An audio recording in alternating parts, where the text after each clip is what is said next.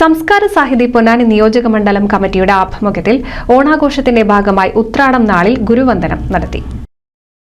TP. Sabareesh Kumar അധ്യക്ഷത വഹിച്ചു. Advocate Siddique പന്താവ് ഉദ്ഘാടനം ചെയ്തു.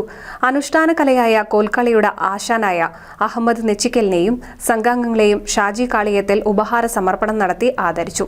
പ്രണവം പ്രസാദ്, അടാട്ട് വാസുദേവൻ, നാഹിർ ആലുങ്ങൽ, കെ.സി. അലി, ഉണ്ണികൃഷ്ണൻ മൂക്കുതല, കെ. മുരളീധരൻ, കാരയിൽ അപ്പു, നിതിൻ ആനന്ദ്, മുസ്തഫ ചാലുപറമ്പിൽ തുടങ്ങിയവർ പ്രസംഗിച്ചു.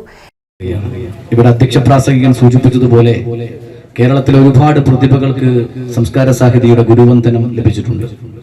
അക്കൂട്ടത്തിൽ ഈ വർഷത്തെ ഗുരുവന്ദനം നൽകുന്നത് ഈ ഗ്രാമത്തിലെ ഈ നാടിന്റെ നാഡീസ്പന്ദനമായി ഈ നാടിന്റെ കലാരൂപത്തെ വികസിപ്പിച്ചെടുക്കുന്നിടത്ത് മുഖ്യ പങ്ക് വഹിക്കപ്പെട്ട ഒരു പ്രധാനപ്പെട്ട അനുഷ്ഠാന കലയായ കോൽക്കളി സംഘത്തെയാണ്. പള്ളിക്കരയ്ക്ക് ഒരുപാട് പ്രത്യേകതയുണ്ട്. ഇവിടെ നിന്ന് സംസാരിക്കുമ്പോൾ ഈ നഗർ തന്നെ അറിയപ്പെടുന്നത് കെ.സി. അഹമ്മദ് സാഹിബിന്റെ നാമധേയത്തിലാണ്. NCV news, Edappal.